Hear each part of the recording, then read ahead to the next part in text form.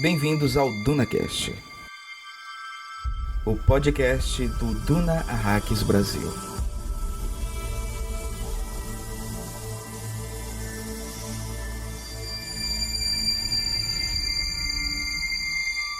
Meu pai, o imperador Padishah, me pegou pela mão um dia e senti, usando os métodos ensinados por minha mãe, que ele estava transtornado. Ele me levou ao salão dos retratos, até a egocópia do Duque Leto Atreides. Notei a forte semelhança entre eles, meu pai e aquele homem no retrato, ambos com rostos magros e elegantes, traços bem marcados e dominados por olhos frios. Filha princesa, meu pai disse, como eu queria que você fosse mais velha quando chegou a hora de este homem escolher uma mulher. Meu pai tinha 71 anos na época e não parecia mais velho que o homem no retrato. E eu tinha apenas 14. Mas lembro-me de ter deduzido naquele instante que meu pai, no fundo, desejava que o Duque tivesse sido seu filho e que não via com bons olhos as necessidades políticas que fizeram deles inimigos. Na casa de meu pai, da princesa Irulan.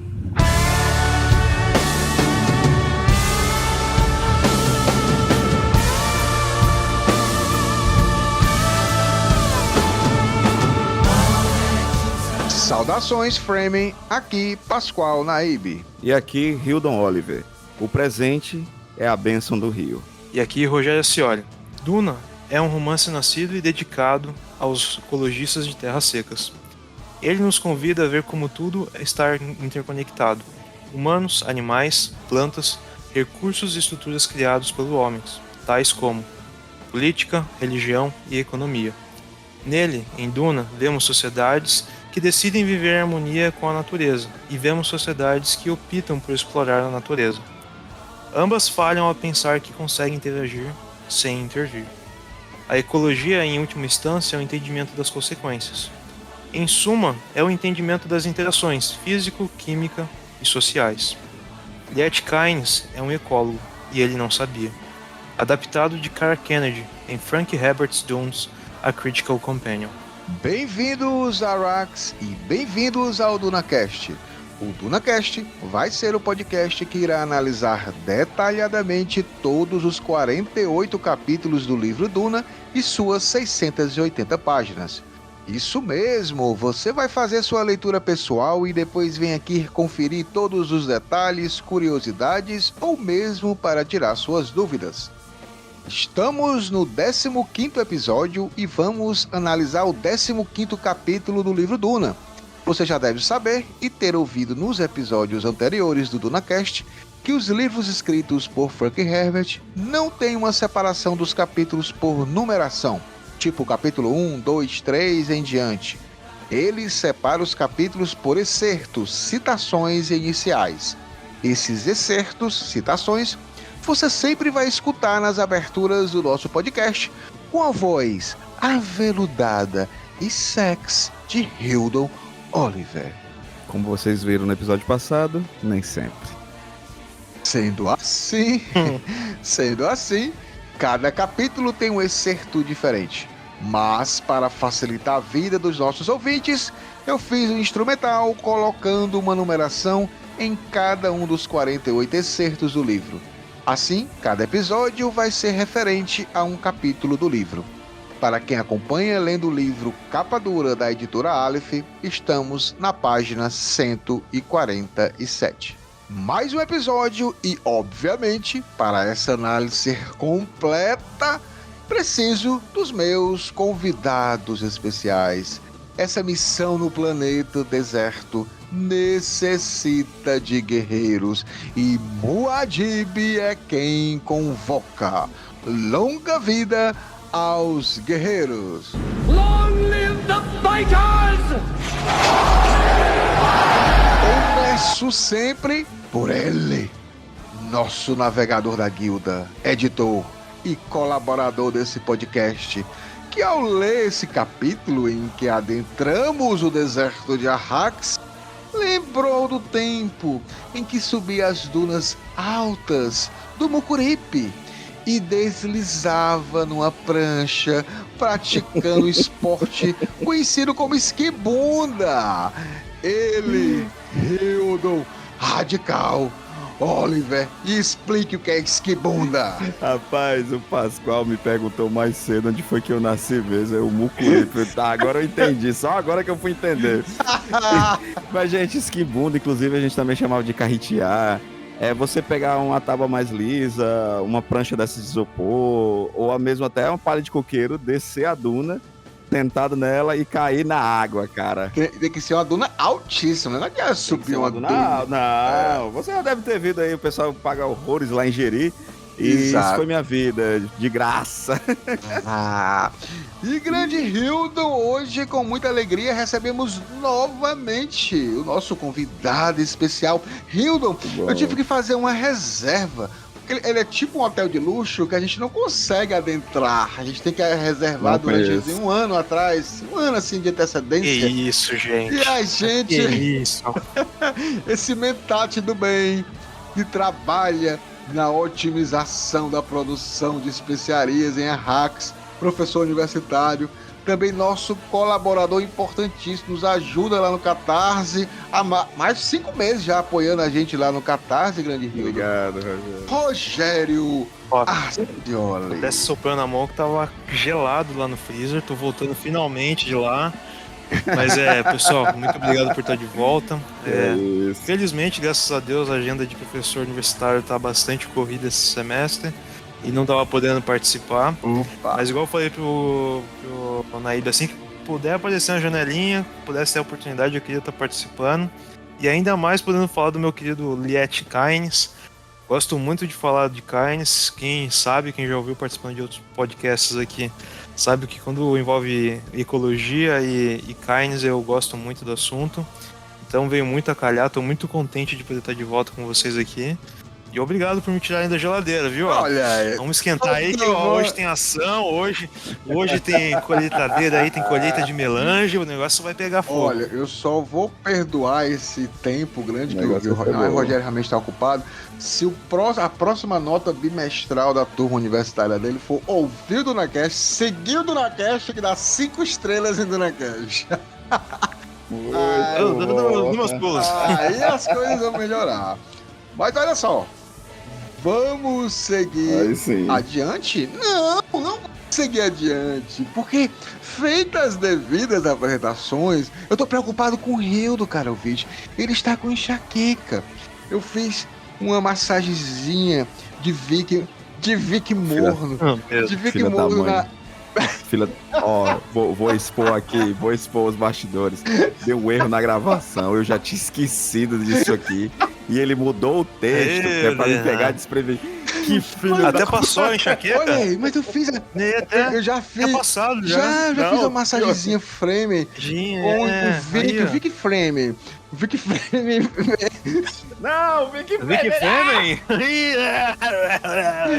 Ele vem direto dos pulmões, o Vic Frame. Ele é dos Fleming. Ai, meu Deus, não. Devido às apresentações e com a volta do Rogério, professor universitário, eu tive que trazer, e é o Mentate, né? Eu tive que fazer um cafezinho frame especial, cara, ouvinte. Como estamos recebendo esse Mentate, eu resolvi acrescentar o suco de safo, que é aquele líquido energético, o Red Bull que os Mentates tomam para... aguentar. Que os Mentates tomam para processar melhor as informações. E pra minha surpresa... Pascal, eu te odeio. Hildo, olha só. E Rogério, é sério. Pra minha surpresa, os velhos Mentates que me venderam, né, o suco de safo, eles fecharam os olhinhos igual o Tufirrawat e contribuíram generosamente com a umidade deles. E eu misturei com aquela dos velhos naíves que eu tinha guardado no último episódio. Tá uma delícia. Bora, Frame, bora, Hildon. Bora ainda, massaginha, vamos, Hildon. Empolga tanto com essa nojeira aqui. Gente, eu começo a rir da reação, não adianta. Mas vamos seguir adiante. Hildo se recuperando. Vamos seguir adiante, porque temos muita coisa para conversar sobre esse capítulo 15. Porém, antes de iniciarmos a análise, vamos fazer uma breve recapitulação do 14º capítulo, que foi o episódio chamado O Poder do Deserto.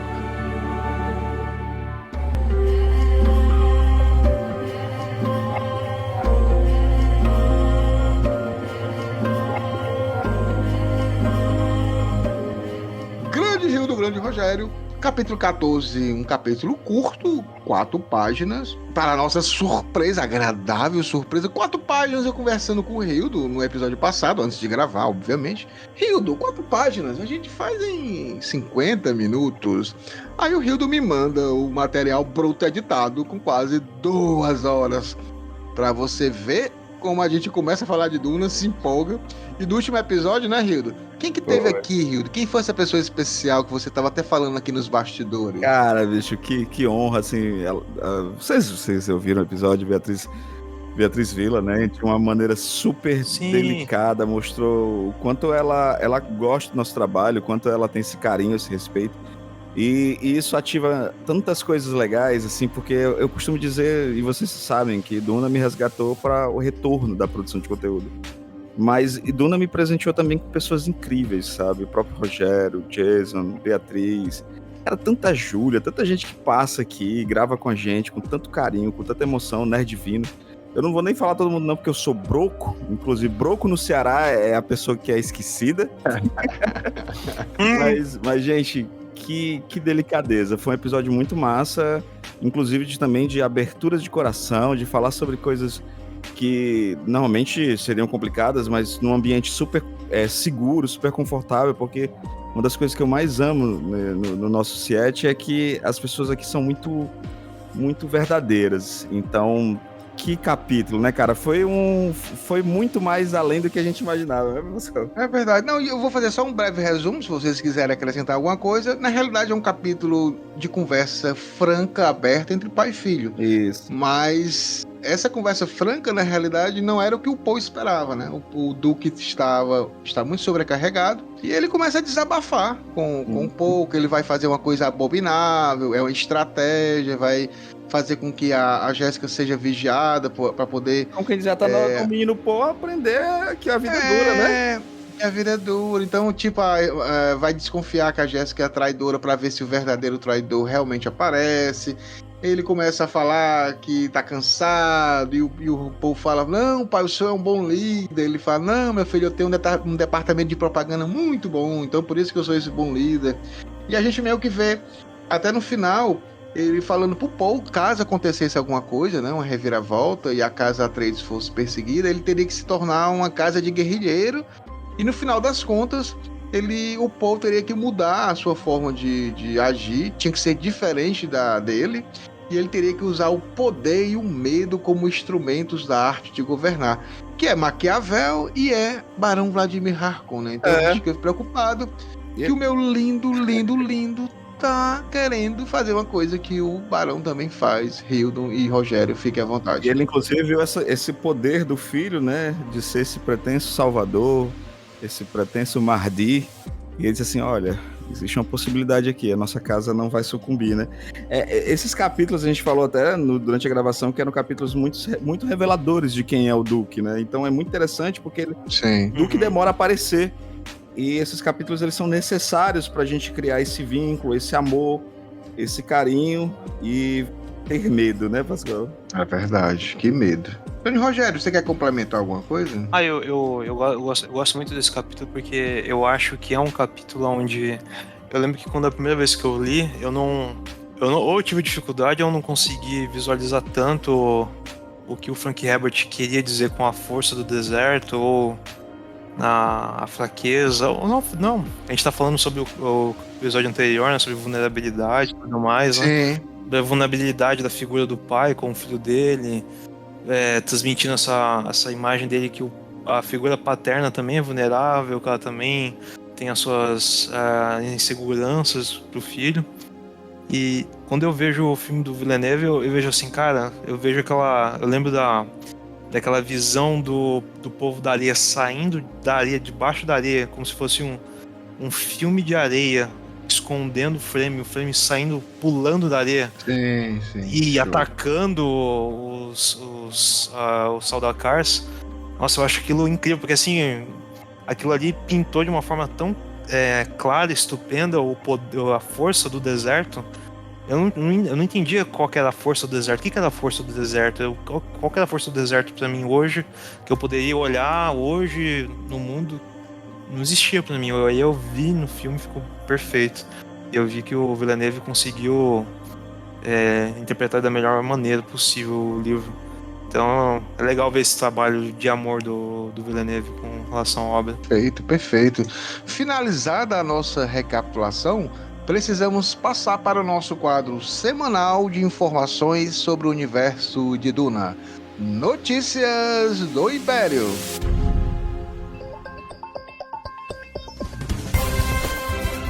Boa noite. Esse é o Notícias do Império, aqui no Duna Hacks Brasil.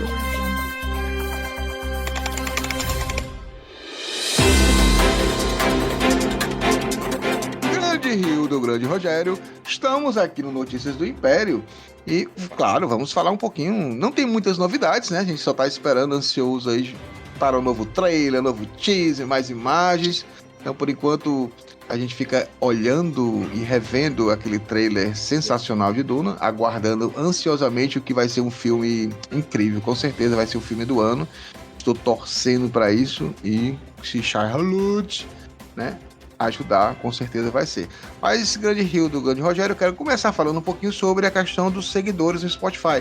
Poxa, então, a cada semana a gente vai aumentando, tá, gente? Nós estamos já com 2.843 seguidores no Spotify. Você que escuta a gente pelo Spotify e ainda não segue a gente, vai lá. Não precisa ser assinante do Spotify, tá? Não precisa.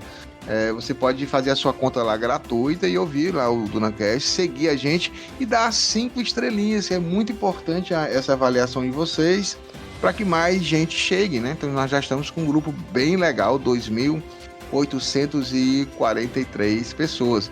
E nessas... A gente também coloca os episódios no YouTube, Rio do Rogério. Recebemos uma mensagem. Sim, no Spotify também, a gente tem lá uma caixinha de texto. Você pode mandar sua mensagem, que a gente lê aqui. Você mandou a mensagem no episódio anterior, a gente já lê aqui, já fala aqui o seu nome, manda um abraço, manda um cafezinho frame prensado pra você tomar em casa. Não, e as coisas ficam bem. Mas olha só, Hildo, a gente quer mensagem, a gente não quer expulsar a galera não. Hildo, o Wanderson Oliveira. Wanderson, um grande abraço. Olha que legal o texto que ele mandou. O texto não, né? Um comentário que ele deixou lá no YouTube. Ele falou assim: parabéns ao canal Duna Hacks Brasil por oferecer uma experiência incrível aos fãs de Duna como eu. Quero expressar minha gratidão pelo trabalho excepcional realizado pela equipe do canal, que tem me proporcionado uma imersão ainda mais profunda no universo fascinante criado por Frank Herbert. Uma das coisas que mais admiro e valorizo no Duna Hacks Brasil é o viés interpretativo com o qual abordam o livro Duna. A maneira como vocês analisam e exploram os diversos temas e simbolismos presentes na obra é verdadeiramente enriquecedora. Cada vídeo me leva, porque lá é um vídeo que a gente coloca, né, pessoal, com áudio.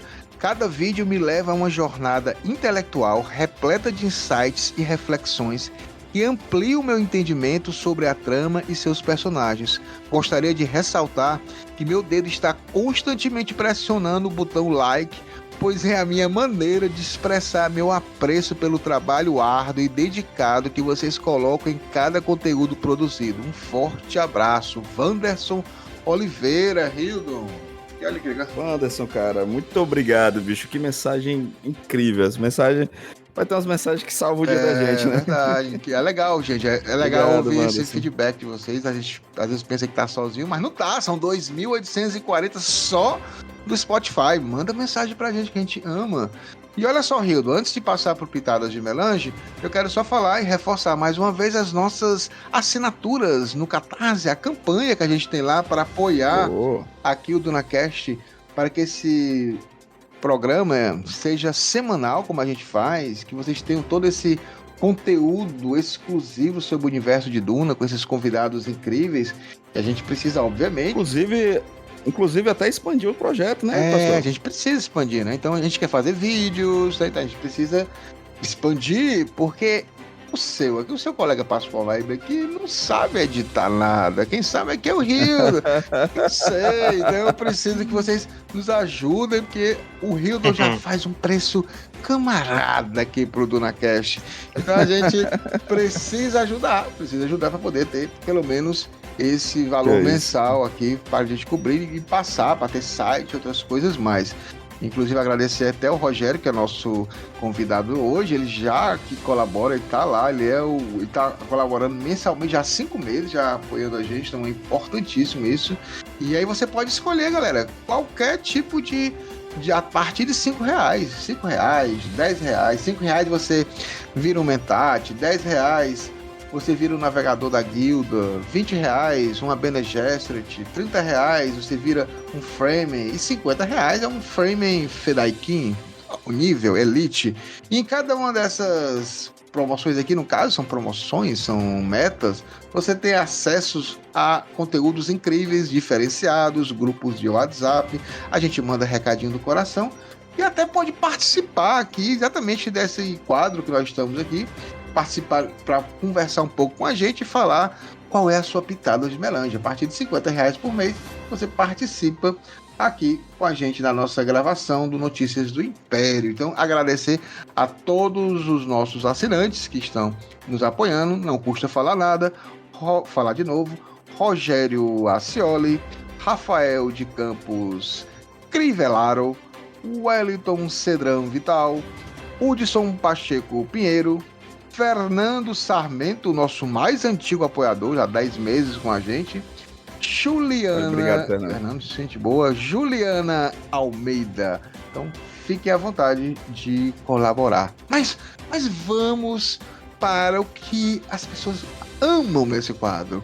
Pitadas de melange. Na semana passada eu dei a minha pitadinha, fazia tempo que eu não falava. Baita de uma pitada, Eu terminei ontem. É sadíssimo, muito bom. Tu assistiu, Hildo? Eu assisti o primeiro. Não é bom o negócio, Hildo? É bom. Caraca, punk, é muito bom. Punk, mas vale a pena que ele dá uma... Pascoal demora, mas quando chega, viu? Cara, é legal, cara. Mas vamos lá, não vou falar mais das minhas pitadas. Agora eu quero ouvir a pitada do Hildo e do Rogério. Vamos começar com o Hildo, né? Hildo, por favor. Eu tô comportado. Tá comportado. Os últimos episódios ele tá só fazendo uma só. Ele não faz... Tô estranhando isso, mas vamos lá. Gente, é o seguinte. Junho é um mês muito complicado pra mim, né? Porque vai ser aniversário de morte da minha irmã. O que é mais bizarro, aniversário dela é em junho e o aniversário de morte também. Ela morreu pouco tempo depois. E quanto a gente não sabe lidar com isso, né? Com a morte, ainda mais quando ela chega de uma maneira muito, muito inesperada, né? Apesar de eu ter convivido com a doença dela, saber da doença, era muito nova e a gente não tem o preparo, né? A gente não sabe lidar com a morte. Não sabemos. E é muito bizarro isso, porque a morte é a frase mais clichê, né? É a única certeza dessa vida, que todos vamos morrer. Mas esse ano, era um livro que eu já estava querendo ler há muito tempo, e esse ano eu tô na metade já dele, tô lendo rapidinho, que é Confissões do Crematório, da Kathleen Doubt, que saiu pela Dark Side. E ela relata no livro, em alguns momentos ela tira os nomes, né, para não expor ninguém, mas ela relata a experiência dela em trabalhar durante um tempo numa funerária. Caraca. No setor de crematório e tal. E é bem interessante porque ela inclusive deixa claro até no prefácio o quanto ela tem essa ligação com a morte, né? O quanto a morte também foi sempre muito cheia de curiosidade para ela. E ela narra detalhes assim que são gráficos, né? Sim. Da morte, de como prepara o corpo. E assim, é um livro que saiu... A Dark Side, que é conhecida por publicar muito de terror e horror, ela acaba apresentando um livro que eu acho que é necessário. Que eu acho que a gente precisa entender mais da morte. A gente precisa ter esse olhar mais frio, né? Mas até para valorizar, né? Porque vou até trazer aqui para mesa uma frase do Dwight, né? Que ele diz assim: só se vive uma vez na vida. Falso, né? Você vive todos os dias, você só morre uma vez, sabe? Então, É verdade. é um livro poderosíssimo, cara, pra gente Muito bom. pra gente entender que a gente vive todos os dias. Então vamos manter essa distância aí do quanto a gente puder e viver. Então é um conselho Show que eu dou de pra bola. vocês. São duas dicas, velho. Vivam sempre. Para de arrumar confusão na internet, para de se estressar com o que não vale a pena, vamos viver. E leiam Confissões do Crematório, da Caitlin Daunt, publicado pela editora Darkside. E assistam The Office. Perfeito, Rito, perfeito. Vamos agora passar, claro, para a pitada de melange do nosso convidado, Rogério Acioli. Bom, primeiro eu queria agradecer pelas dicas do Hidon.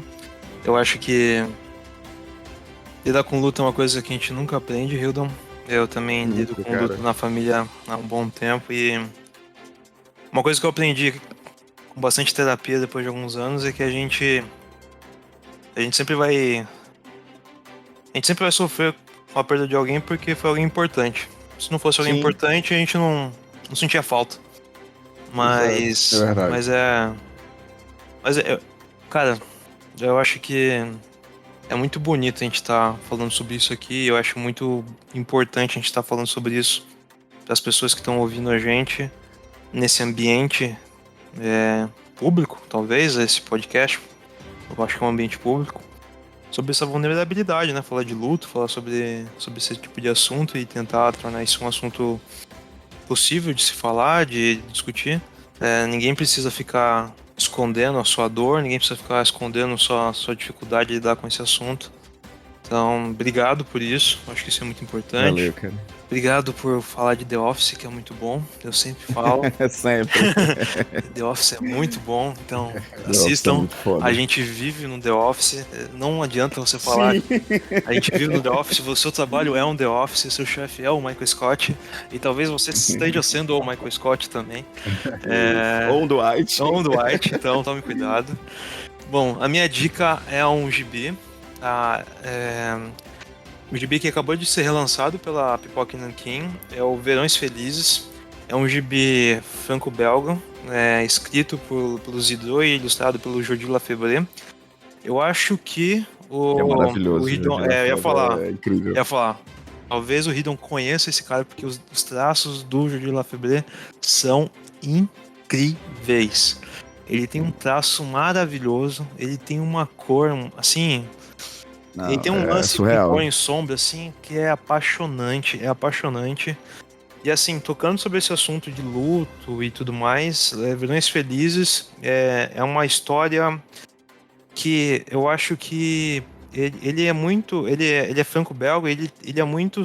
Ele tem muito daquele sabor de história europeia, que ele tem muito do agridoce dos filmes e das histórias daquela região da França, da Europa ali, que tentam retratar a vida dessa forma agridoce, sabe? A vida é bonita, mas ela é trágica, ela é tragicômica, ela nunca é super doce, igual a vida hollywoodiana, super maravilhosa, o sonho americano, e também ela não é super trágica, igual em alguns momentos a vida oriental ela acaba sendo retratada. Então, Ela é a vida, né, cara? Ela é a vida. E eu acho que isso é a coisa mais bonita de Verões Felizes, porque é um gibi, você vai acompanhar uma família, não é uma família do Marcelo Canilha, que é um pianista maravilhoso brasileiro, que faz histórias cruéis, de cortar o coração, mas são histórias, assim, muito cruas, muito realistas, brasileiras, sabe? De uma mãe enfermeira que tem um filho, ou uma filha que é traficante, que é aviãozinho na favela, mas também é uma coisa assim, sobre uma família de classe média alta no interior da Bélgica que quer tirar férias. O pai é quadrinista, ele tem um trabalho que consegue pagar as contas, pagar uma casa, pagar as férias, só que toda vez que eles tentam tirar férias, alguma coisa dá errado. Toda vez eles vão tirar férias, atrasa alguma coisa, ele vai fazer uma entrega, atrasa alguma coisa. É igual a gente vai tentar gravar o podcast, dá errado alguma coisa, não sai no horário planejado, não. Então, assim, e a grande beleza, a grande lição de Verões Felizes, e por isso que eu gosto muito de indicar. Eu já comprei várias vezes antes de lançar essa versão integral agora pelo Pipoca Nanquim, antes lançado pela editora SESI aqui no Brasil. Eu comprei várias vezes para Não foi completo. e não foi completo, que é uma pena. Eu tinha comprado várias vezes para alguns amigos para ler. A grande beleza é a lição que Verões Felizes traz é que a vida é maravilhosa e ela é belíssima, apesar do amargor, apesar de ela não ser do jeito que ela gostaria, que a gente às vezes gostaria que ela fosse. Então, apesar de a gente não conseguir tirar as férias do jeito que a gente planejou, a gente pode ter as melhores férias que a gente não teria planejado. Então, assim, é um gibi maravilhoso, é um gibi que você termina chorando, que você termina com um sorriso na cara, que você fica assim, cara, eu tô apaixonado por essa família, tô apaixonado por essa história, eu quero ler de novo. Assim, vale a pena, comprem, acabou de ser lançado e, assim, e a edição eu comprei na pré-venda, acabou de chegar. Legal. Faz uma semana ou duas chegou pra mim. Edição gigante, deve ter chegado na Reboot também. Edição gigante, assim, as artes estão muito bem aproveitadas. Lindo. Com papel couché, nossa, tá maravilhosa. Então, fica a minha dica minha pitada de melange para os fãs de gibis, de literatura, de arte no geral. Jordi Lafebre e Isidro com Verões Felizes. Cara, leiam qualquer Perfeito, coisa perfeito. do Zidru, cara. O Zidru é um absurdo esse homem, Muito bom, sabe? muito bom. Perfeito. Cara, só pra complementar, antes de sair do Pitadas, eu queria só mandar um abraço a minha solidariedade, meus sentimentos, que hoje em dia também a questão do luto, os nossos animais de estimação, eles são parte da família agora. É uma mudança muito... cara. E aí, cara, eu fiquei muito triste Também, pelo nosso também. colega, o Henrique Gouveia, o Nerd Divino. amigo Nerd Divino. Eu mandei mensagem pra ele. Também mandei, perdeu seu companheirinho, né? E cachorrinho, né? Agora eu não me lembro se é uma cadela ou se é um cachorro, mas perdeu recentemente. E eu também, esse ano, perdi meu cachorrinho que tinha 16 anos. E até hoje, cara, se eu começar a falar, eu começo a chorar, porque realmente é uma dor, não tem como.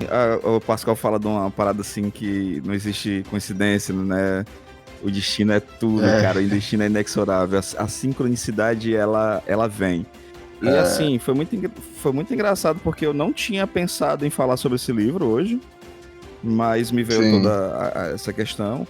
O próprio, sabe, o Rogério falou de uma forma, mas ele trouxe justamente essa leveza, o Zidru. Sim. Ele é um cara... Tudo que a gente tá falando aqui parece que tá sendo um quadrinho escrito pelo Zidru. Sabe? Porque bicho, eu tenho uma ligação tão absurda com o meu gato, o Farelo, que eu sou muito aberto com vocês. Eu não desisti de tudo por causa dele. Sim, olha que legal, cara. Sem brincadeira, de olhar pra ele e dizer assim, se eu fizer alguma coisa, quem que vai cuidar dele? Tá louco. Sabe? Tá louco. A importância do tá louco. É nesse nível mesmo que eu também coloco. Hoje em dia, os animais de estimação, eles, sei lá, até parece que estão mais inteligentes, mais... Então, uma conexão absurda, né? Conexão absurda com a gente. Parece que realmente eles entendem que nós estamos vivendo uma época que cada vez mais o ser humano, eles não consegue mais ter um contato com outro ser humano no sentido pleno, né? Existe muita desconfiança, as relações são líquidas, como diria o Bauman, o sociólogo, né? Uma coisa acontece muito rapidamente, não existe às vezes uma coisa mais perene, assim, que dure um pouco mais. E parece que os animais vieram exatamente para isso, né? Para mostrar que sim, existe essas possibilidades, existe essa forma de você ter esse amor, esse vínculo, essa sinceridade com eles, e que você continua a vida também por causa deles. Tá lá eles apoiando vocês e a gente lá apoiando eles. Então eu acho que realmente nosso Pitadas de Melange também está dedicado aos nossos bichinhos lindinhos, né, que estão por aí afora. Mas terminamos aqui o nosso Notícias do Império. Vamos para a análise do capítulo 15. O Planetólogo. Um pitado extremamente emocional, sem a gente nem sem ter combinado nada. Exatamente. Muito bom. Exatamente. Parabéns, gente. Respira mais.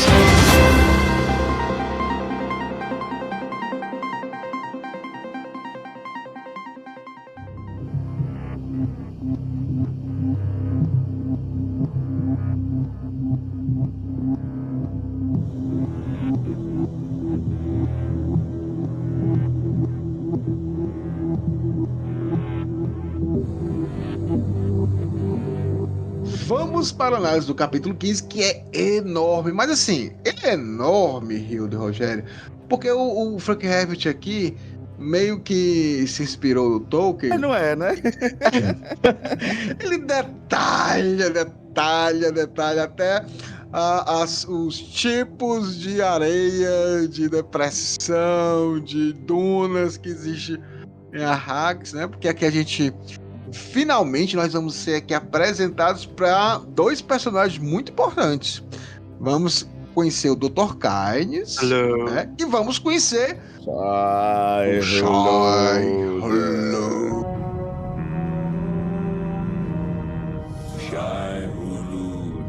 Tá aparecer pela primeira vez. Os pessoal falavam dele, né? Só via o zoião. Só ficava vendo ele nas fotinhas e tudo mais, mas agora ele aparece, né? A gente vai ver isso aí. Mas, rapidamente, eu quero só falar um pouquinho sobre esse certo da princesa Írula. Finalmente, né, sabemos quem é a princesa Írula, Hildo e Rogério. Finalmente. Ela fala bem aqui. Meu pai, o imperador Padishah. Então ela chegou assim, e inicialmente ela falou assim: vocês sabem de quem eu sou filha? Quem é meu pai? Carteirada, logo aqui no início. Carteirada inicial. Então a gente também descobre outra coisa, Rio, que o Padishah pegou ela pela mão e ela, usando os métodos ensinados pela mãe dela, que é Bene Gesserit, né? Já ia dizer que é o quê? Que é o quê? Bene Gesserit. Então ela também é uma Bene Gesserit. Olha só que interessante, as coisas estão ficando mais interessantes. E diz que o pai dela leva ela para um local chamado Salão dos Retratos, que eu achei tão legal essa tradução, que lá eles... Não, mas assim, antes de você se aprofundar, você não acha que da carteirada assim, é coisa de megera chorona, não? Princesinha, né? Princesinha, filhinha do papai, filhinha do imperador. Cara, mas tu acredita que talvez em Messias de Duna, eu acho que ela não merece ser, mas eu tô ficando com... Eu vou passar pano agora pra ele. Olha aí, olha o nível A gente gravou a segunda temporada inteira, tô batendo na bichinha. Mas eu tô começando a achar a Florence Pugh, né, que vai fazer a Írula no Duna parte 2, e a gente tá notando que o Villeneuve ele vai explorar mais essa questão de repórter, blogueirinha, né? E eu tô achando que a Írula, cara, ela não é só uma princesinha, não. Ela é uma jornalista, ela é uma pesquisadora, historiadora. Eu acho que eu subestimei a princesa Írula. Ela é uma TikToker, ela é um youtuber, uma booktuber. Eu acho que eu subestimei. Então, assim, eu não mudei completamente ainda é uma megera chorona. Mas eu tô achando que não é só isso. Então ela tem mais camadas, né? Eu sei que o Hildo é o único fã dela, mas as coisas vão mudar, porque eu acho que eu também tô achando. Mas olha só, ela chega lá nesse... Sou fã de ser modinha, hein? o Padishah a leva para um salão dos retratos, né? E aí eu achei interessante a questão. Aí vê lá a egocópia do Duque Leto Atreides, né? E essa egocópia, cara, eu achei massa, porque é tipo assim, o ego da gente sendo mostrado assim de forma material. Já pensou, Hildo, se o nosso ego aparecesse de forma material, né? Aqui não é o ego, aqui realmente é um busto, né? Eu acho que deve ser. Eu conheço uns aí que ia ter que ter um outdoor, viu? Não, outdoor não dá, não. Eu acho essa quente, você jogou a bola pra cima e entendi. Gente, continua. O proibidão do DunaCast. Não, já falamos, mas não podemos. Aqui é só você que vai assinar o Catarse que vai ter acesso. Mas ele gosta. Mas olha, ele gosta. Mas olha só, Hildo e Rogério. Então aqui a gente vê essa questão da egocópia. Sabe o que eu me lembro? Eu acho que essa egocópia é tipo aquele... Sabe o Harry Potter nas casas que tem aqueles fantasmas que você fica vendo lá... que interage com os estudantes lá de Hogwarts, né? Vocês sabem, né? Sim. Eu acho que deve ser parecido com aquilo ali, mais ou menos. Mas assim, a conversa é que o imperador, ele meio que fala pra Irulan, né? A Irulan tinha 14 anos, então a Irulan deve ter mais ou menos a idade do Paul também. Olha que interessante. Será que vamos... Menina Irulan! Olha aí! Vamos chipar? Menina Irulan, menino Paul, não sei. Pode ser, dois nobres, né? Mas aqui diz que... Ei, olha só o vocabulário do pai pra filha. Filha princesa. Quem é que fala assim, gente? Pelo amor de Deus, o cara deve detestar a menina. Deve ser uma megera já Imperador. desde... ela Quem deve... fala assim, um imperador. ela deve ser uma megera já desde criança. Não, já tô começando a ficar com raiva dela de novo. Mas olha só. Ele fala assim, eu gostaria que você fosse mais velha, né? Porque na hora que esse homem foi casar, que era o Duque Leto, ela só tinha 14 anos. Ele não é o George Martin, que casa com as meninas de 13, 12 anos, viu? Pelo menos o Frank Herbert respeitava essa situação. E aí ela fala assim, né? Ela percebeu naquele instante que, no fundo, o pai dela desejava que o Duque tivesse sido seu filho. Interessante, né? Que as intrigas políticas fizeram deles inimigos, não era algo agradável. Surpreendente essa... Porque a gente não, mas é até aquilo que a gente já falou em capítulos anteriores, o quanto a gente percebia e identificava que o Duque, que Leto, ele tinha esse potencial muito forte de ser um sucessor do imperador, né? Os caminhos eles foram percorridos de outra forma. A gente pode até trabalhar com a questão do multiverso. Imagine se tudo tivesse acontecido de outras formas, né? Eu fiquei curioso, você falou agora sobre se o George R. Martin, né, igual o George R. Martin, que ele casa as meninas de 14 anos. O George R. R. Martin tirou essa ideia da Daenerys e talvez se é preciso o Irulan. É mais um paralelo, mas não pode ser, cara. Não é possível, cara. Então, não é possível, cara. Vários. Esse cara não fez nada, ele tá enrolando pra terminar a saga e pegou tudo de lá. Não tô acreditando. Mais isso ainda. Filha da mãe. Mas só pra... Ele falou, e se? Ele falou assim, e se? Já que o Herbert não fez, e se eu fizer? Eu faço. Eu faço. E se eu botar ela pra casar com o Duncan?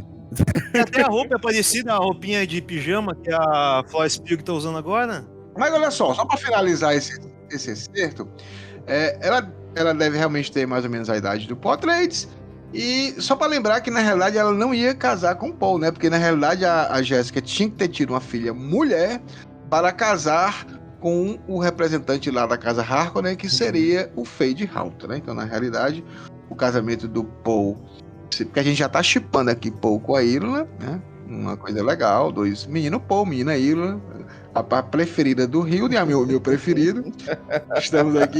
Vamos lá, tu faz a tua parte que eu faço a minha. A gente apresenta eles numa festa e a gente vê se... Ninguém é fã da Irulan. Menina Irulan. Não é megera chorão. Não é possível. Não, eu... O Rio do vamos lá na segunda temporada. Eu tenho muito... Eu tenho pena da bichinha. Ele tem pena, é verdade. Eu não tenho, não. Ele tem. Mas vamos lá. Eu tenho pena do menino Paul. Sempre tive. Menino Paul. Mas olha só. Aqui na parte inicial, cara, a gente é apresentado... Cara, esse personagem, ele é incrível.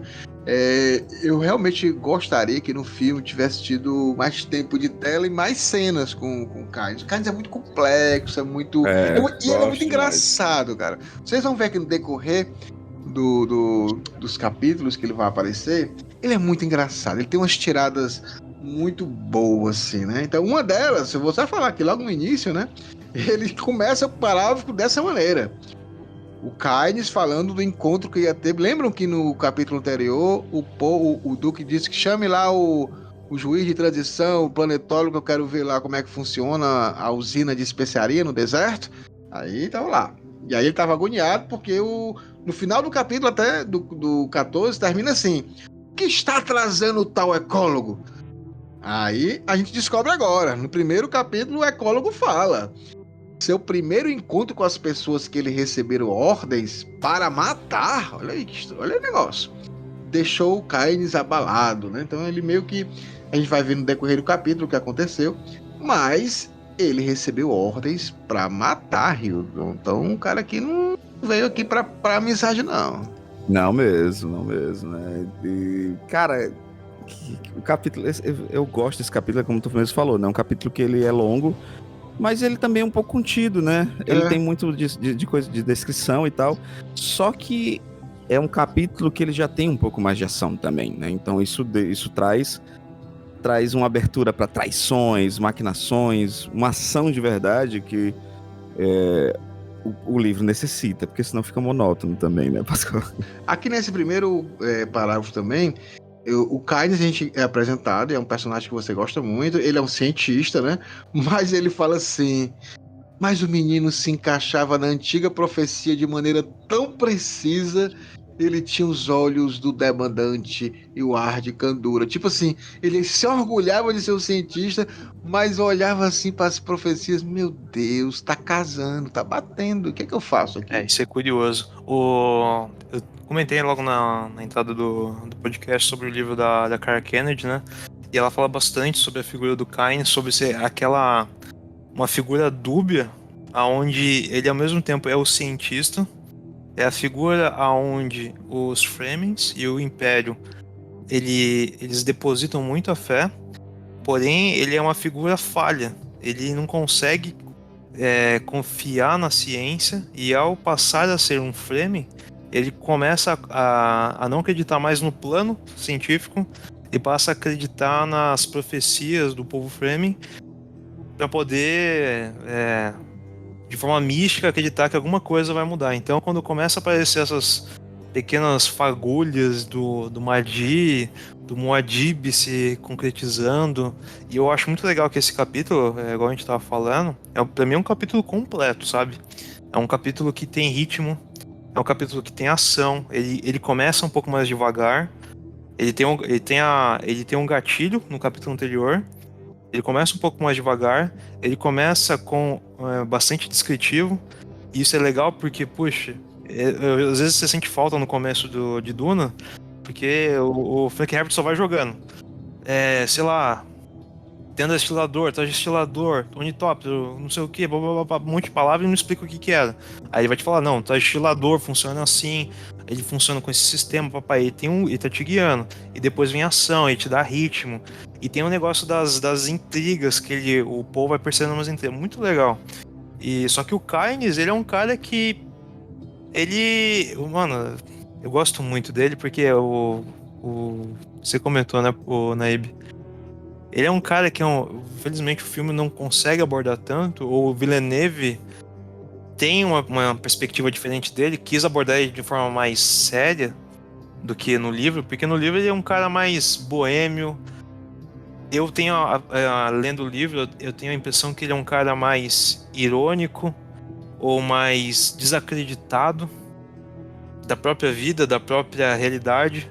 Ele é um cara mais sarcástico, ele é um cara que sabe, faz piada do sistema, das figuras do sistema. Então, sabe, aí ele fala, entra um Harkonnen, sai um Harkonnen, entra um Atreides, tanto faz, eu só tô fazendo meu trabalho aqui, entendeu? Tipo assim, então... E quando ele começa a ver essas coisas da profecia acontecendo, ele começa, opa, peraí, a piada não tá ficando, tá virando coisa séria, tem alguma coisa acontecendo aí que... tá vendo? Opa, eu tô ficando começar pra surpresa agora. Tá, eu achei que era brincadeira, mas essa brincadeira tá ficando muito séria. Ele sai daquele aspecto pragmático, né? E ele tem esse misto, né? O misto filosófico, religioso e científico, né? Ele faz uma mescla muito interessante. Só que ele sai dessa visão pragmática para quase uma visão de believer, né? Tipo, eu quero acreditar, né? Isso, eu quero. E o legal é que no começo, como o Rogério falou, a questão desse humor ácido, né? Que ele tem, né? E aí quando ele chega lá, ele vê todo mundo, os guardas de escudo, né? E aí ele dá um sorrisinho assim, desdenhoso, e fala: a Hax tem aí uma surpresa reservada para eles, né? E aí meio que ele tá chegando para explicar ao Duke, ao Gurney, que eles vão pegar o ornitópterozinho, vão pro deserto profundo, vão ver como é que se faz a extração da especiaria do melange. Mas eu queria colocar uma coisa interessante aqui. A gente não sabe informações ainda do Dr. Kynes, ele tá aparecendo aqui nesse capítulo, mas uma informação que me deixou com uma pulga atrás da orelha É sobre essa questão aqui, ó. O planetólogo ergueu uma das mãos, fez sinal para seus guardas Fremen recuarem. Então já é estranhíssimo, né? Porque o planetólogo, o Dr. Kynes, ele serve ao Imperador Padishah, que está apoiando os Harkonnen para poder fazer a sabotagem, destruir a casa Atreides. Que os Harkonnen são odiados pelos Fremen.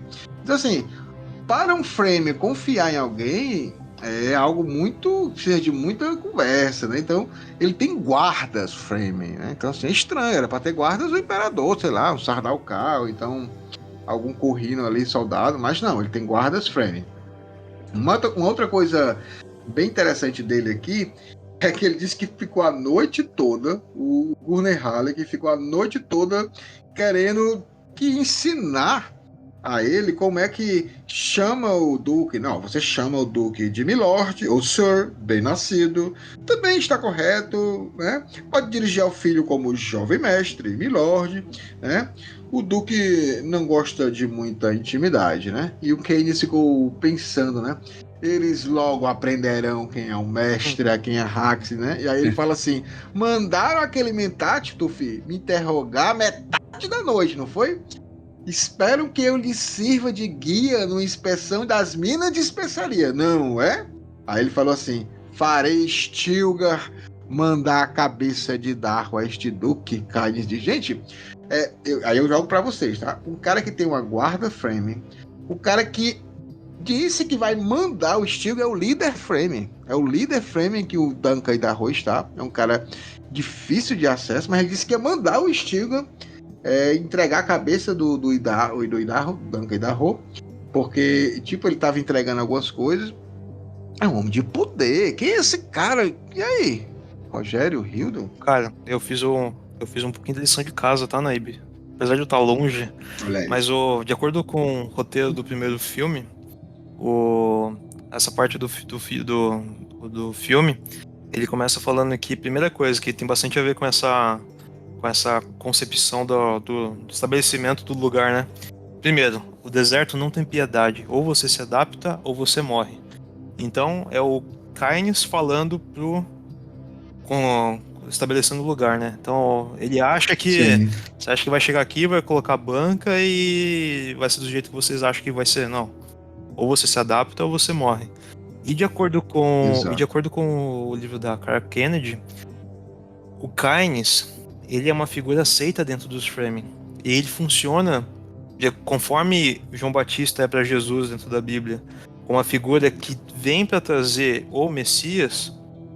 Ele é o cara que vem para trazer o Messias, no caso, o povo, para ser o Muad'Dib, para a salvação desse povo. Então o Kynes é o cara aceito dentro do Fremen, que talvez fosse a figura de maior autoridade dentro deles. E só depois dele viria o Stilgar. Então por isso que ele vem acompanhado de seguranças Fremen, por isso que a palavra dele é tão importante, por isso que é uma figura tão importante no meio deles. Talvez por causa a gente vai falar posteriormente, eu acredito, do plano dos 6% dele. Talvez porque ele tem uma profecia de conseguir trazer um mundo, uma utopia de um mundo de maior conforto para esse povo. Mas ele é como se fosse o João Batista para esse povo. Ele tem ele traz uma mensagem de conforto e vai ser ele, de acordo com a Clara Kennedy, que vai trazer o Messias para eles, vai trazer o Muad'Dib. Então eles confiam muito nele. É o que a gente acha, assim, porque assim, a gente não tem ainda muitos dados, mas é tipo, como ele é um cara, é um planetólogo, é um cara que pensa na natureza, que pensa no bem-estar, a gente nota, e a gente vai ver aqui no decorrer do capítulo, que na realidade ele se preocupa com o planeta, com a população, com a natureza, né? Então assim, ele não está interessado em especiaria. Então talvez, a gente não sabe ainda, né? Para os Fremen, ele seja esse cara, sim, respeitado por isso, né? Porque é o cara que é do Império, é um braço do Padishah, mas ele tá ali, talvez, fazendo as pesquisas dele, talvez tenha esse respeito. A gente vai ver que os Fremen, vez ou outra, se chegam a pessoas, não apenas por questão de poder e autoridade, né? Mas tipo de respeito por o cara estar fazendo alguma coisa. Então, estamos aqui colocando aqui uma suposição, não sabemos, não temos, estamos lendo com vocês o que ele vai fazer, mas ele parece que tem um certo respeito realmente pelos Fremen. Mas continuando aqui sobre essa questão, né? Interessante o Keynes. O Keynes, imagina a situação, né? O Keynes está ali, foi convocado. O Keynes, para mim, ele estava lá tranquilão em Arrakis, fazendo as pesquisas dele, né? Com a posição dele já consolidada, só fazendo o que era de interesse, de interessante para ele. E aí surge essa muvuca, essa confusão toda de Harkonnen versus Atreides, de Harkonnen sair de Arrakis, entra uma nova casa, e ele de uma hora para outra, o Rogério Hill, ele vira, sabe quem? O Julius, o pai do Chris, ele com 2 empregos. Ele só era o ecologista, agora ele virou o ecologista, juiz de transição, babado dos caras, tem que passear para mostrar. Aqueles caras que fazem o tour turístico, né? Vai mostrar como é que é as coisas. Então, você imagina o bom humor que ele deve estar, né? Com aquela situação. Então, é mais ou menos isso o que a gente está vendo aqui sobre essa questão. Mas vamos ver o que está acontecendo, né? Porque da mesma forma que ele viu que ele tem essa influência com os Fremen, ele também tem uma missão do Imperador que é matar os Atreides. Então, assim, meio que é um negócio meio confuso, meio dúbio, ninguém sabe ainda o que é que vai acontecer ou não, mas é nessa situação. Mas, de acordo com o que o Rogério falou, o Paul, ele está sendo muito certeiro aqui, né? O menino Paul... ele começa a fazer perguntas de pessoas adultas, né? Eu acho que também é aquela questão do adolescente querendo crescer na frente dos homens adultos e mostrar, olha, eu também sei fazer perguntas importantes, né? E logo de cara, mas eu só queria dizer isso, ele pergunta de cara, você é Fremen? Então o Kynes deve estar assim numa posição, porque ele usa um traje estirador criado pelos Fremen, tem uma guarda Fremen, parece que tem todo um ar de autoridade, então meio que a pergunta mais óbvia era essa, e o meu Duque, obviamente, como não é um cara burro, né, o Duque percebeu que aquele cara, sim, ele virou um nativo, né, ele faz parte daquela comunidade, então é interessante ver essa faceta, e eu só queria rir, antes da gente adentrar, porque agora vai ser uma coisa mais rápida com relação ao capítulo, que é só como eles chegam lá na especiaria, né, na colheitadeira, para ver como é que faz. Mas nós não falamos aqui o que é que tu achou da mudança, porque o Kynes aqui do livro, ele é um homem, barba ruiva, cabelo ruivo, e o Kynes do filme, do Denis Villeneuve, é uma mulher, né, mulher preta. O que é que você achou dessa mudança? Cara, eu até digo assim, eu não vejo nenhum problema em mudar a etnia, mudar sexo de personagem, contanto que a essência se permaneça, né? E apesar de que eu queria ter visto mais e tal, eu acho que a essência tá ali. Então eu não vejo... Não, sim, é verdade. A essência do personagem, sabe? Aquela dubiedade, né? Dela, no caso, no filme, tem muito disso de andar no limite entre a ciência e a fé, né? Eu acho isso muito interessante nesse personagem. E no filme foi muito bem representado isso. Não desconfigurou, pra mim não muda nada. A essência tá ali. Isso que importa. E eu acho o Kynes, assim, um personagem... E uma personagem fantástica, cara. Fantástica mesmo. É porque a gente subestima o poder do cinema, né? Porque a gente que leu acha que não foi passada a grandeza. Não porque mudou o gênero, não isso. Mas a grandeza do personagem, porque ele tem realmente muitas falas, muitas coisas. Mas tá lá, né, cara? O pessoal gosta, curte, vem falar, quer saber, sofre também, e ri. Cara, o Kynes é um cara muito... Mas faltou um jantarzinho ali, né? Faltou um jantarzinho ali. Faltou um jantarzinho. É aquela coisa... Faltou um urubuzinho ali no final, um urubuzinho rapidinho ali, um urubuzinho. A gente entende o corte, né, do cinema, o quanto o cinema ele precisa ser dinâmico, ainda mais uma adaptação de Duna. Que ela tem tudo pra cair na monotonia devido a determinados momentos, né? Que pra gente é maravilhoso. Mas no cinema, pra um público leigo, a pessoa que, eu quero ver nave espacial, quero ver ação e tal. Então eu entendo a forma como foi apresentado, mas a essência tá ali. E o mais principal o personagem é tão bem construído que você consegue sentir as dores também. As dúvidas, né, o pensar, e eu adoro na cena que deixa bem claro, né, que ele diz assim, eu tô aqui pelo Imperador, mas eu também não tô, né, Isso é muito Sim. bom, cara. Você consegue ler. Eu estou por mim, né? Eu estou por mim e pelo meu povo, né?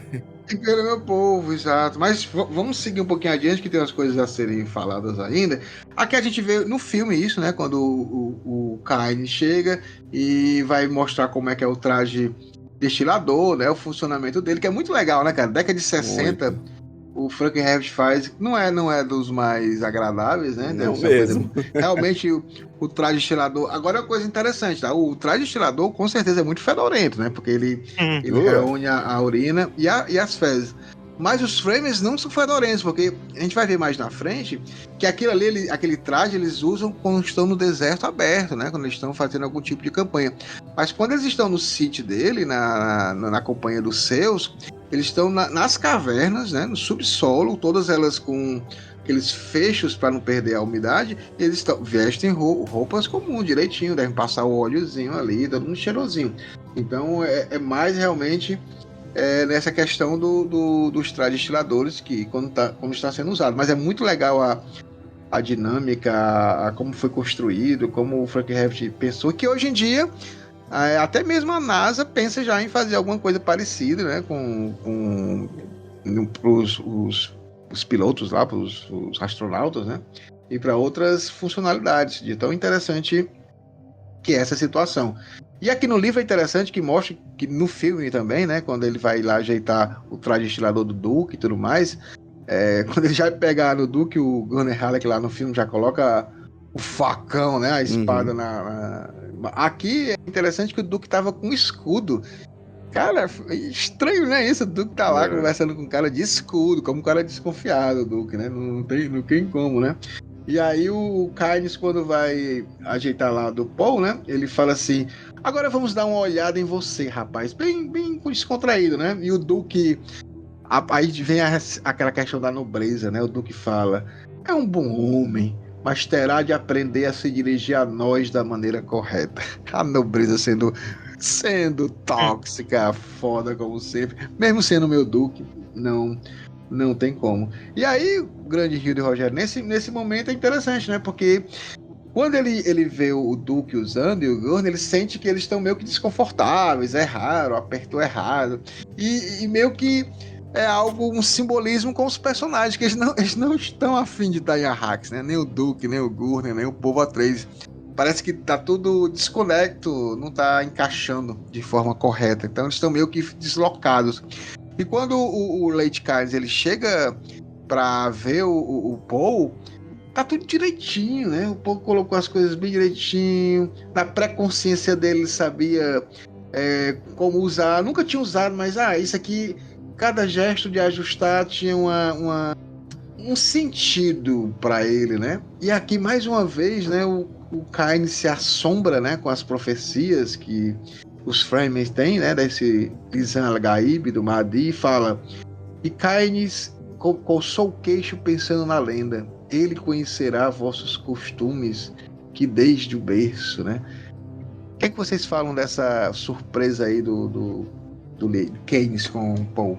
Eu acho isso muito legal, porque por mais que o Tolkien não goste muito do Hubbard, mas assim, pra mim ajuda a construir muito o lore, o universo de Duna. Cara, você tem os Fremen. Os Fremen moram num planeta desértico, desculpa. Nesse planeta desértico, eles têm uma economia horrível, porque eles são um planeta que vive de exploração predatória. Vem o povo de fora, coloniza e preda eles. Beleza, tem a questão econômica, tem a questão ecológica, o meio ambiente. Aí tem a questão religiosa.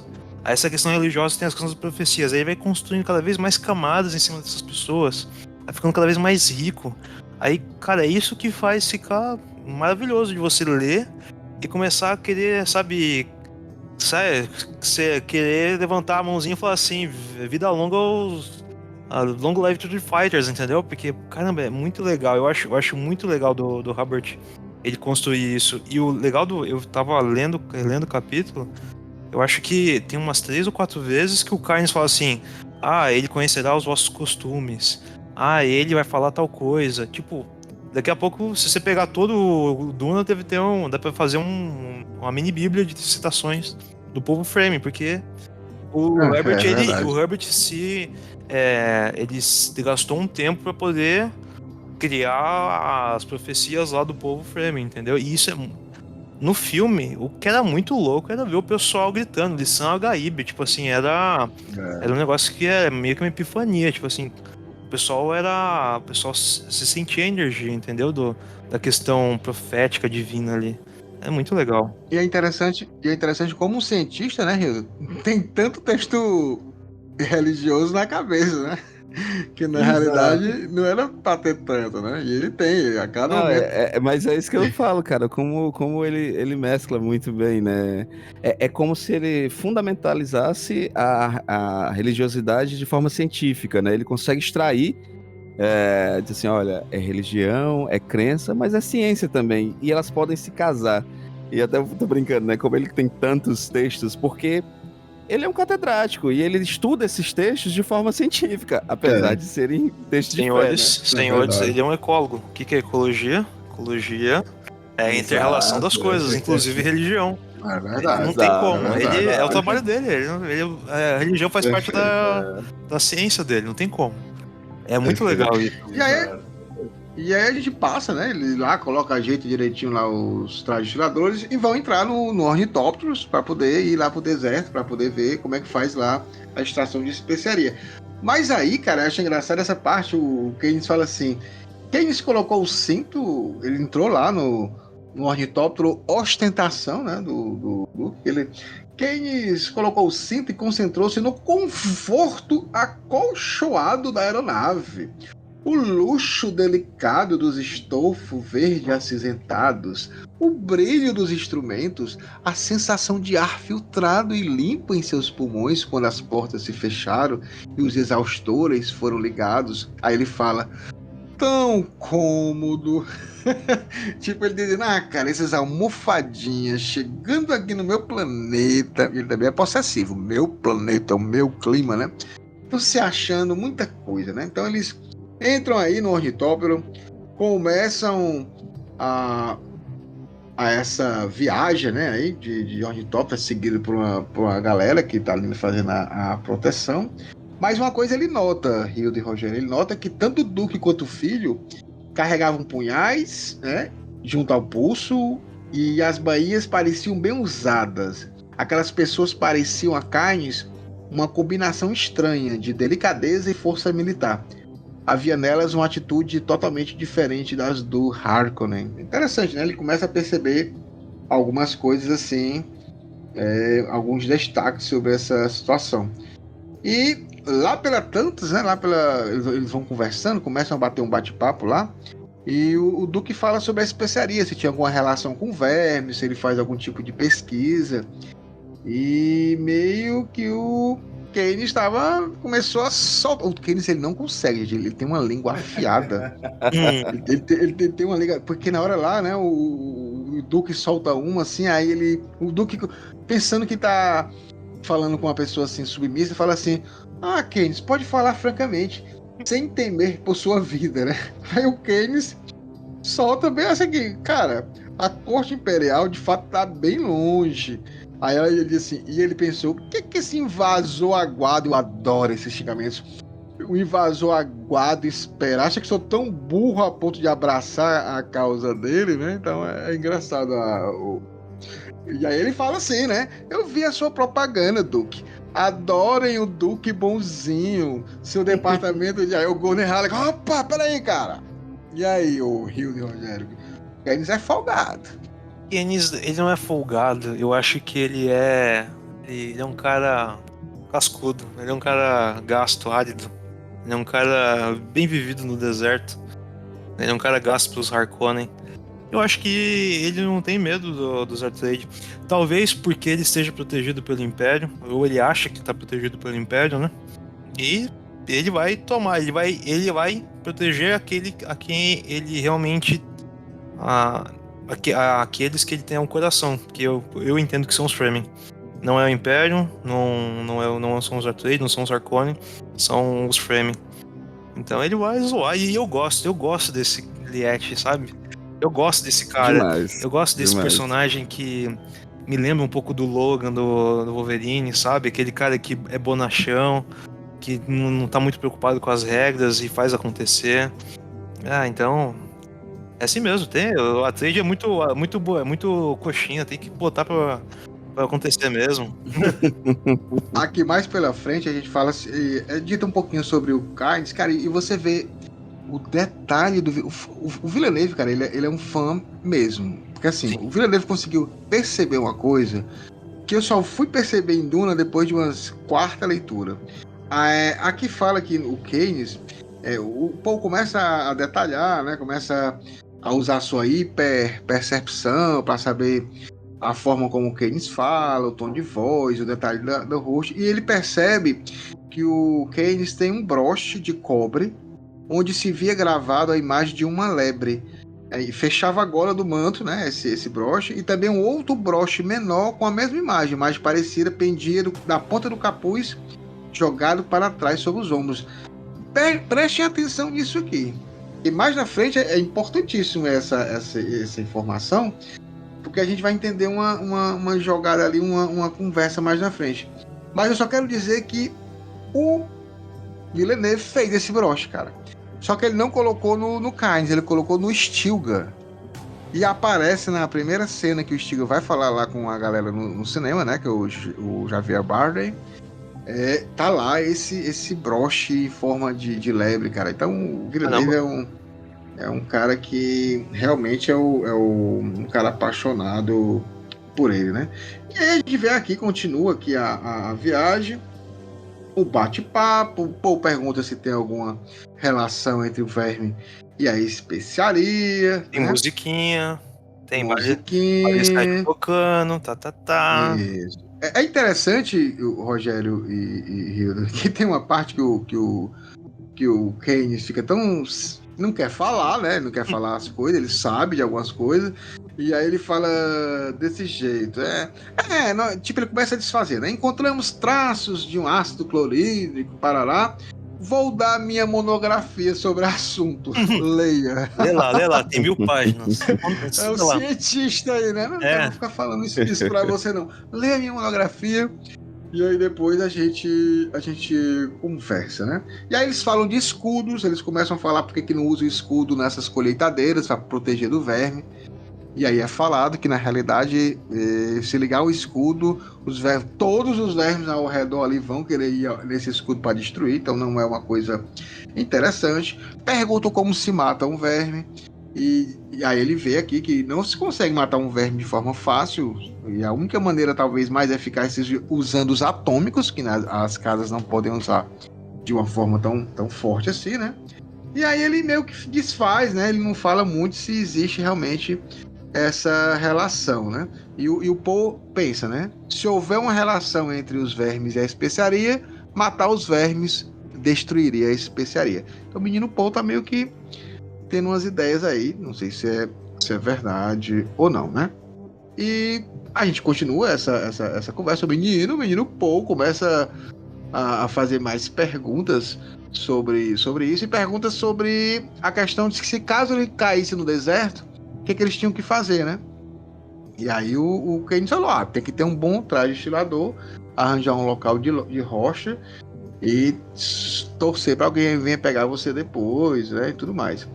E aqui ele fala também que assim, eu achava que a única forma de morrer, que são muitas em Arrakis, era o calor, era um verme, era uma tempestade de Coriolis, mas também você pode pisar numa depressão no deserto que foi preenchida com terra com o passar dos séculos, e algumas são tão vastas que apresentam correntes e marés, todas engolem os encalços. Então, Hilton, vai fazer um passeiozinho tranquilo lá nas dunas.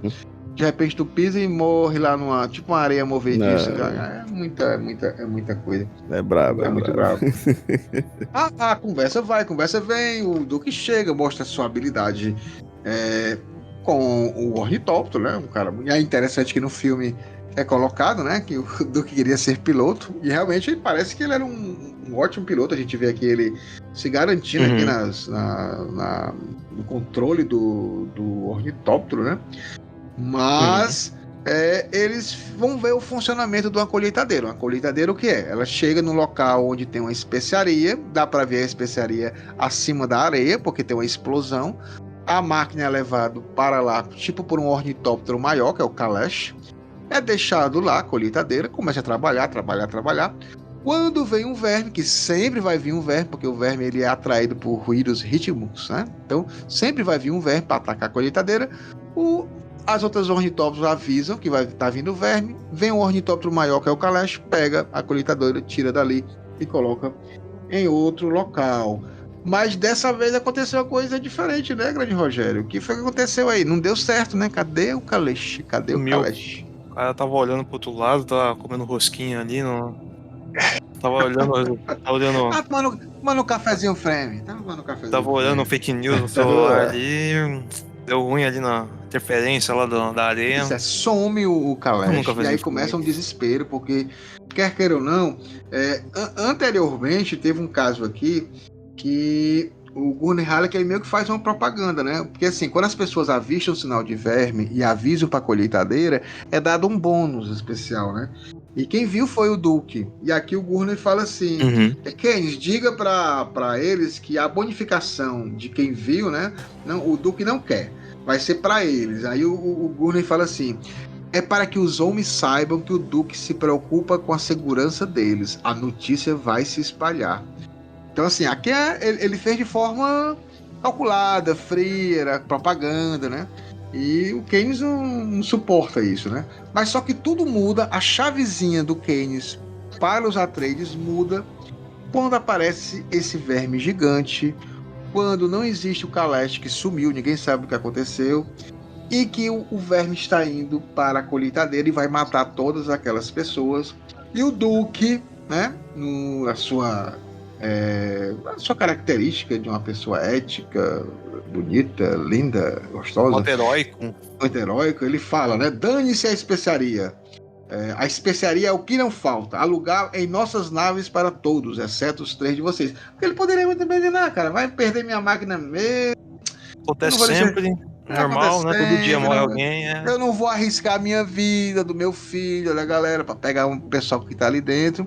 E ele faz exatamente o contrário, né? Então ele vai... E no filme é bem legal também essa cena. Vocês querem comentar alguma coisa mais? Acrescentar alguma coisa dessa cena específica? Eu ia comentar que no filme essa cena é muito legal. Ela é muito bem construída. Eu acho que ela é até melhor construída do que no livro, porque... eu, lendo o roteiro e lembrando do filme, tem toda aquela tensão do último minuto do menino Paul ali, meio inebriado com especiaria, meio doidão ali, esquecendo de vamos pô, e o Gurney chamando, ele não voltando. Então tem toda aquela tensão que é construída. E pra quem viu a live dos nossos queridos DunaCast Arrax Brasil, tem uma visão, tem alguma coisa que acontece na visão, que é escrito no roteiro. Não sei se devo dar spoilers aqui, mas aparece alguém nessa visão, que não apareceu na visão ali. É verdade. E eu relendo, fiquei assim, caramba, é verdade, aparece essa pessoa, essa pequena pessoa aparece aqui na visão. E é muito louco, né, que cara, eu acho muito louco que o Villeneuve pensou e teve a coragem de pensar em escrever e fazer o filme dessa maneira. Então, é muito legal, né, que o capítulo 15 teria essa importância pro filme também. Essa cena,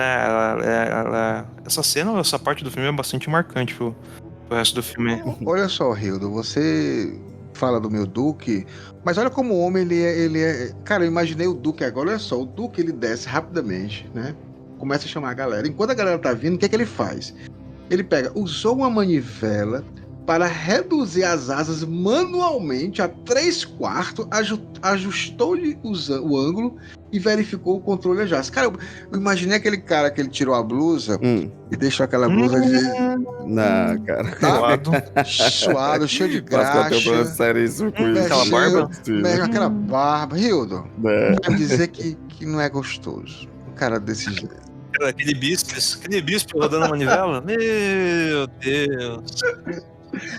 Não, cara, não tem melhor, não tem igual. Mas olha, mas mostra um pouco, que é o que o Kynes fica realmente surpreendido, é que os caras, tipo assim, eles não são apenas o cara da elite que manda os outros fazer, eles estão ali, né? Eles... Não, eles são frontline também, né? Exato.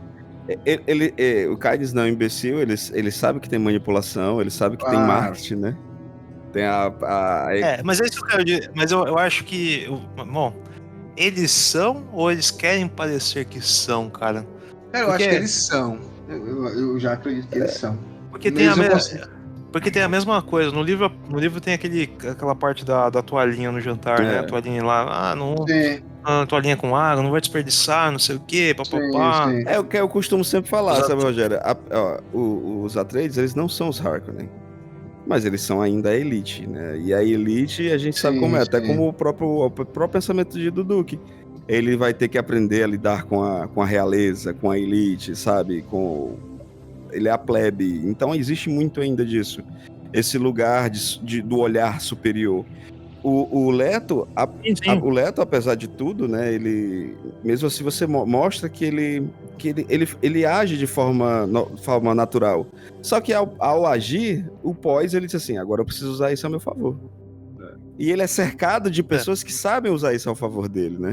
E ele também tem, assim, o Kynes sabe reconhecer quando um cara é tão líder contra ele, porque assim, quando o Duque tá lá tomando essas decisões no calor da batalha, né, assim, que todo mundo fala que é nessas horas que você conhece também a pessoa, né? Um momento de emergência. Uhum. E ele pensa logo em salvar as pessoas. Ele não titubeia, ele não fica pensando, eu salvo. Não, vai salvar, não tem como. E é interessante também que quando eles estão lá fazendo as coisas, né? O Duque fala assim: nós temos ainda 3 minutos, de acordo com aquela estimativa, que os caras tudo desesperados. Vai, tá o verme ali. E eles fazendo a contagem aqui mental, ainda faltam 3 minutos, e o Kynes fala, é senhor de si esse Duque, né? Então começa a ver, começa a ter uma admiração com relação a ele, e aí ele tem aquela cena linda do filme, que a gente vai lendo aqui, fica assim, de forma... Fica assim, admirado, que aparece o verme, né? A boca do verme só, então o verme é enorme. Ele engole toda aquela colheitadeira, destrói ali o que seria o símbolo da exploração de Arrax, né? Chega ali o Shai Hulud, né? E nesse meio tempo, né, que a gente vê o verme fazendo isso, a galera que estava lá na colheitadeira, cada uma foi para os ornitópteros que estavam ali ao lado do Duque. Uns vieram com eles. Cara, e o menino Poe é muito nerdinho, né? Porque quando subiu os caras, o verme chegando perto, olha o que o Paul pensou. Viu que 2 deles tinham ajustado mal as golas de seus trajes destiladores. Guardou a informação na memória para agir no futuro. Seu pai teria de impor uma disciplina mais rígida em relação aos trajes destiladores dos operários. Cara, o verme tá ali para engolir todo mundo, matar todo mundo, o cara vai olhar para a gola do traje destilador do cara. É o menino Paul. Perdoa. Mas a gente vai indo para a parte final, e aí eu quero só relembrar aquela questão que eu falei do broche, né? Quando entra lá a galera que fica junto com o Kynes, eles fazem o seguinte, ó. Paul olhou para os homens amontoados ao redor dele, estavam olhando fixa e receosamente para a nuca do Kynes. E um deles sussurrou: Liette. Caraca! Até agora a gente não sabia o que é esse Liette, nem sabendo direito. Mas eles viram broche, aquele brochezinho do lebre, né? Que eles viram só. E aí ele é Liette. Então a gente não sabe se o Liette é o coelhinho, é o lebre, se é o Liette é o Kynes, né? E o Kynes virou carrancudo. E o cara lá baixou lá as orelhinhas, porque não podia fazer muita coisa, né? E aí, tipo que os operários lá, os duneiros, foram falar com o Duque, né? Pra você ver como o meu Duque ele é passional, né? Ele fala assim. Os homens tentam falar com ele, aí o Gurren, quieto, homem, deixa o Duque pilotar a nave. Aí fala assim, pisava-se em ovos quando o Duque estava zangado. Então o Duque não era uma pessoazinha tão calma. E nessa brincadeira eles veem dois vultos se afastando, que estavam lá na colheitadeira, mas não vieram nos ornitópteros. E meio que o Poe, a primeira coisa que o Poe observou e disse, cara, quem são aqueles homens? Eles são Fremen? Aí o Kane, né? O Kane, quando você tá naquela conversa com a pessoa que ele tá chegando num ponto que você não quer, que você ri bem alto pra desmoralizar, não é não, que é isso? Não dá pra identificar um Fremen só de olhar, né? Aí ele pergunta, quem eram eles? Pros caras lá.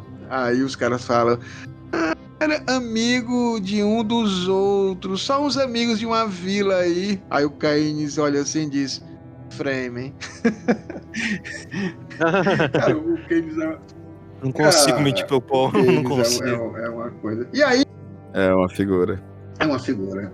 Aí fala mais uma profecia. E ele fala mais uma profecia aqui no final, né? Porque ele fala assim, quando Deus determina que uma criatura morra num determinado lugar, ele faz os desejos da criatura dele dirigirem-na para aquele lugar, né? Meio que um agouro pro Duque, né? Nessa situação. E só porque eu não falei, gente, a parte mais bonita que eu acho é aquela, né? Bendito seja o Criador e sua água. Sim. Benditas suas idas e vindas, que sua passagem purifique o mundo, que ele conserve o mundo para seu povo, né? Então, o cientista ali fazendo a sua oração. O cientista fazendo oração, muito bom, né? E fazendo a sua oração, vendo ali a situação, né? Uhum. E aí, no finalzinho, ele fala assim, esse Duque estava mais preocupado com os homens do que com a especiaria. Ele arriscou a sua vida de seu filho para salvar os homens. Deu pouca importância à perda de uma lagarta cheia de especiaria. Um líder como coisa, né? Um líder como esse poderia inspirar uma lealdade fanática. Seria difícil derrotá-lo contra a sua própria vontade, contra todos os pareceres anteriores. Keynes admitiu. Gosto deste Duque. Cara, vamos aqui então para... A gente fez um breve resumo, é um capítulo grande, mas a gente colocou aqui os pontos principais. Mas vamos então para as nossas considerações finais.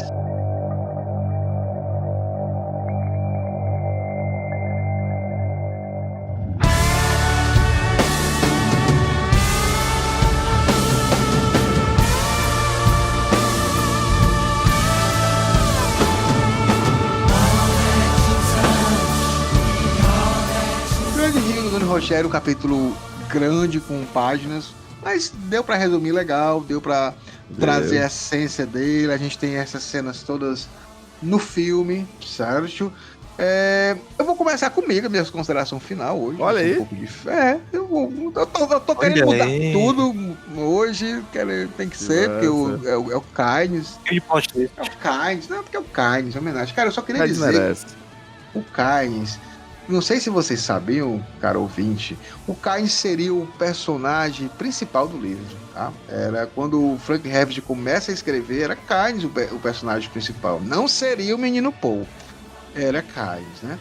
Mas depois das suas pesquisas do Frank Herbert, lá em psicanálise, a influência dos líderes sobre as massas, Freud, né? Ele fez essa reformulação para um personagem que teria que ter uma questão político-religiosa como base. A ecologia vai perpassar os temas, né, de Duna, mas não seria algo assim determinante pro protagonista, que é Poe, né? E vale lembrar que o Frank Herbert, que aí bem lembrado por Rogério nisso, ele era um fã, ele era um militante da causa ecológica. No início de Duna, ele dedica o livro, né, a galera que estuda, né?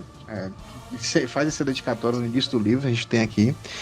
Também tem uma questão interessante que o Frank Herbert também ele fez homenagem, não sei se vocês conhecem, gente. Existe uma bióloga americana, ecologista, uma bióloga marinha, que é a Rachel Carson. A Rachel Carson escreveu um livro que revolucionou a questão da ecologia, que foi Primavera Silenciosa. Ela percebeu que algumas aves de onde ela morava, na fazenda, estavam morrendo, né? E ela começou a perceber que isso estava sendo a consequência do uso indevido de pesticidas e sintéticos. Porque naquela época, depois da Segunda Guerra Mundial, a ideia era que toda a questão dos pesticidas, eles não faziam mal, nem à natureza, nem aos seres humanos. Então, é absurdo. Vocês podem colocar no YouTube e colocar que a galera ia para as escolas e jogava pesticida nas crianças, nas pessoas, tipo, para tirar algum tipo de bactéria. Era um negócio assim terrível. E ela descobriu isso, a Rachel. Ela lançou esse livro que foi sim um sucesso, foi revolucionário, foi perseguida pela galera, é claro, a indústria, a indústria, né, produtora dos pesticidas, detonaram, desqualificavam ela. Até mesmo o governo dizia que não. E pouco tempo depois foi provado que o que ela falou era verdade. Ela não conseguiu ver esse sucesso, porque ela morreu em 64, vítima de câncer. E o Frank Herbert, ele fez uma homenagem para ela, não em Duna, assim, Duna ele fez com relação à ecologia, mas quando ele terminou Duna, antes de escrever Messias, ele escreveu um livro chamado Cérebro Verde, ou Mente Verde, como você queira. E esse livro foi em 1966, ele lançou, né, logo após Duna. Não é um livro muito bom, mas ele fala sobre um enredo que acontece aqui no Brasil, em Mato Grosso. Toda a história acontece em Mato Grosso. E os vilões, todas as nações estão destruindo todos os insetos, por isso que é Cérebro Verde, porque os insetos, de uma certa forma, conseguem fazer uma coletividade, conseguir a vida, assim, né, inteligência. E aí, os caras que destroem os insetos são chamados de bandeirantes, algo bem interessante, né? Porque os bandeirantes destruíram ali a questão. E os caras que defendem a natureza são chamados de carsonitas, que é da Rachel Carson, né? Carsonitas. E ele faz essa... Nossa, cara. Ele faz essa homenagem.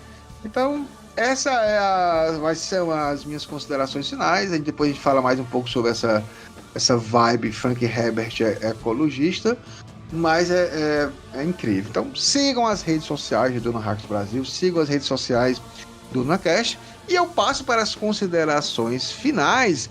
Mudar de novo, vai ser o Rogério agora. Rogério! Ô, louco, não tá preparado? Você Como vai assim? fazer isso. Muitíssimo obrigado mais uma vez por participar aqui com a gente. É uma honra recebê-lo, Mentage. Cara, é muito legal mesmo. Você é um cara do bem, que a gente curte muito estar aqui com a gente, né? Em todos os sentidos, apoiando, mas muito tempo atrás, há mais de 3 anos aqui com a gente. Por favor, suas considerações finais e, se quiser, diga aí suas redes sociais. Fique à vontade. Bom, primeiro eu que agradeço por estar aqui com vocês. É muito bom sempre estar conversando sobre Duna. É bom estar conversando sobre Duna, é bom estar conversando com você, Pascoal, com você, Ridon. Gostaria que a gente pudesse morar perto e saindo para tomar uma cerveja quinta-feira à noite. Isso seria ótimo, pra ser sincero. Na reboot aí, não sei. Nossa, isso seria. Eventos aqui. Pô, seria maravilhoso. Mas assim, eu acho que eu amo falar sobre esses assuntos. Eu amo a gente falar sobre quadrinhos, sobre esse tipo de assuntos. Então, pra mim é sempre muito bom ter esse espaço vulnerável, aberto, tranquilo, seguro, para poder comentar sobre essas coisas. Então, eu que agradeço por estar aqui. Foi muito bom poder voltar de falar de Duna, essa agenda corrida. E foi muito bom poder estar falando, porque eu dei uma aquecida em alguns assuntos, dei algum material. Eu tenho olhado alguns materiais de suporte, tenho falado bastante sobre isso nos grupos. Para quem não sabe, tem alguns grupos de WhatsApp, então procurem se informar nas redes sociais sobre os grupos de WhatsApp do Duna Hacks Brasil. Tem alguns grupos aí que a gente conversa sobre Duna Hacks apenas, só sobre Duna, sobre assuntos relacionados a Duna. E tem muita galera, tem livros sobre Duna, tem livros sobre a ciência de Duna, sobre filosofia de Duna. Então, foi muito legal porque eu sentei para ler alguns materiais, eu li alguns conteúdos sobre livro, sobre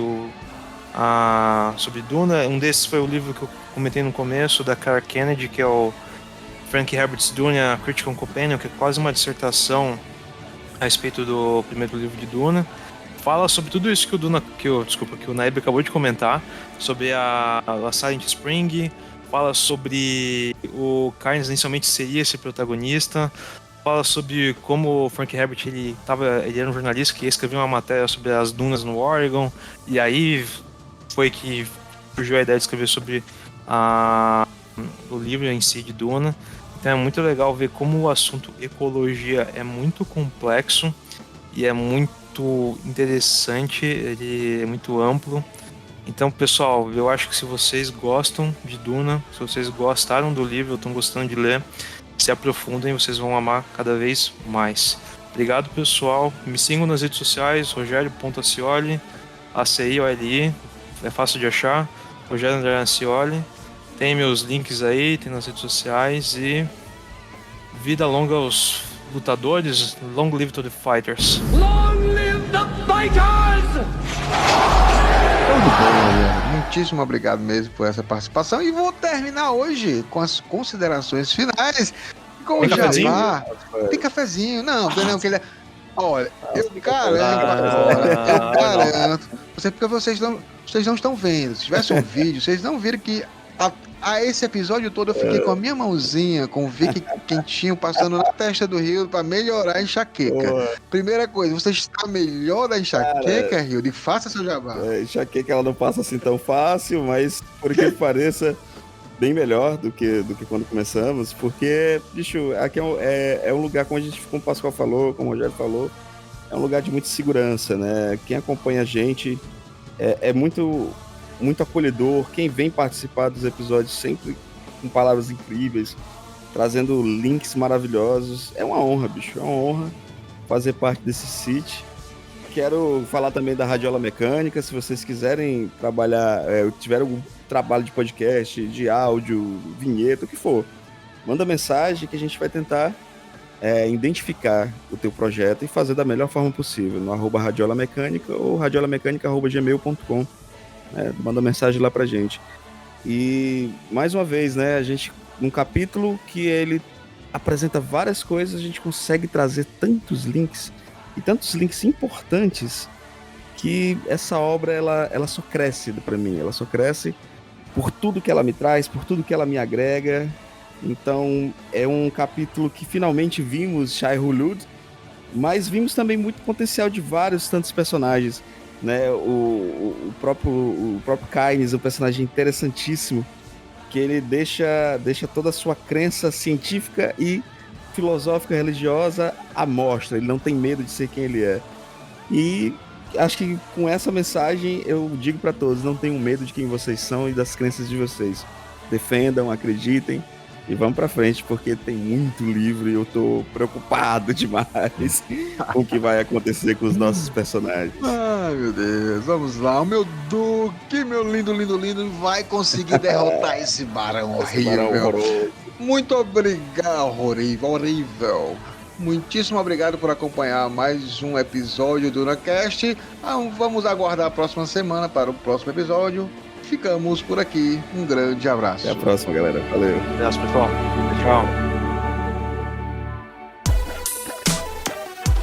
Esse podcast é editado por Radiola Mecânica.